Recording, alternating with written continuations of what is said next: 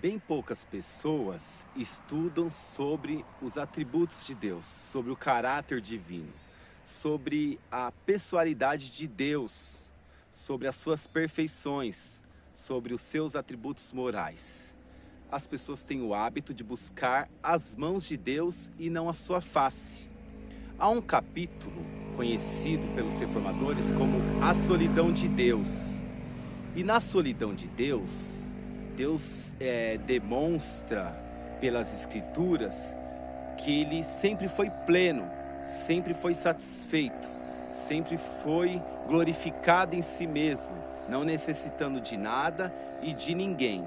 Gênesis diz: no princípio Deus.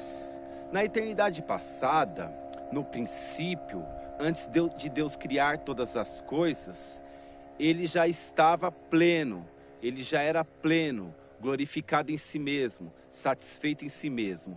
A Trindade unida, ela bailava, ela se alegrava em si mesmo.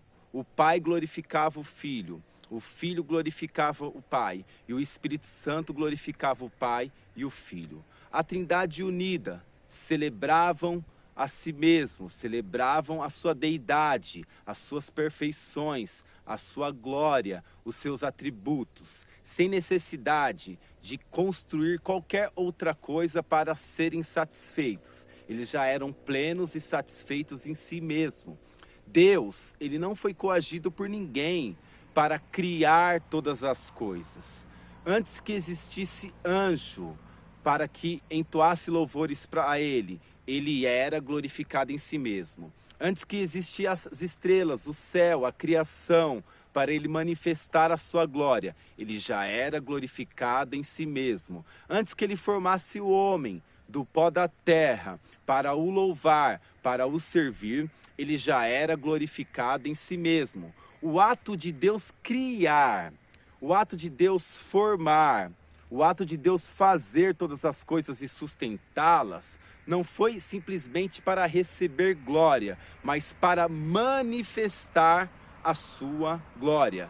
É dois polos diferentes. Uma coisa é receber glória, outra coisa é manifestar a sua glória. Deus criou todas as coisas para manifestar a sua glória. Salmos 19 nos diz: os céus manifestam a sua glória e o firmamento anuncia as obras de suas mãos. Ou seja, Deus ele manifesta, Deus ele evidencia a sua glória.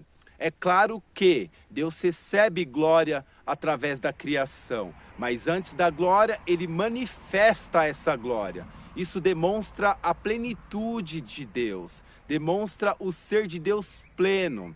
E nos atributos de Deus, nós vamos conhecer as suas características, a sua pessoalidade, as suas perfeições pessoais. E este conhecimento requer uma dedicação, requer uma entrega. E este conhecimento não se dá através da criação. Imaginemos que um selvagem encontra um relógio e a partir deste encontro ele decide examinar, prescrutar ao ponto de tentar entender quem foi que fez aquele relógio. Isso seria impossível. Ele poderia chegar ao conhecimento de que um homem fez o relógio, mas quem foi este homem? Quais são as suas características? Quais são as suas afeições? Quais são os seus gostos? Quais são os seus impulsionamentos? Isso seria impossível ele desenvolver todo esse conhecimento e a partir disto ele desenvolver a personalidade deste relojoeiro. Assim é a questão de buscar e conhecer a Deus. Nós não podemos conhecer a Deus através da criação.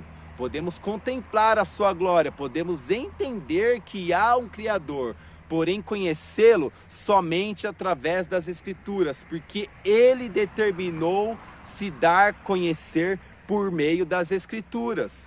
O próprio Cristo, quando adolescente, ele está entre os doutores, assentado e ouvindo no templo os doutores falar.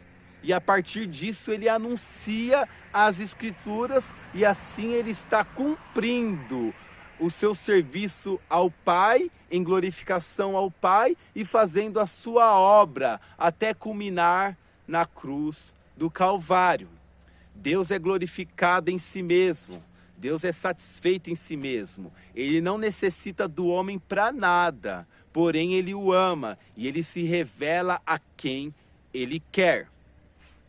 Este é o canal Evangelho Raiz, eu sou o Daniel Alves.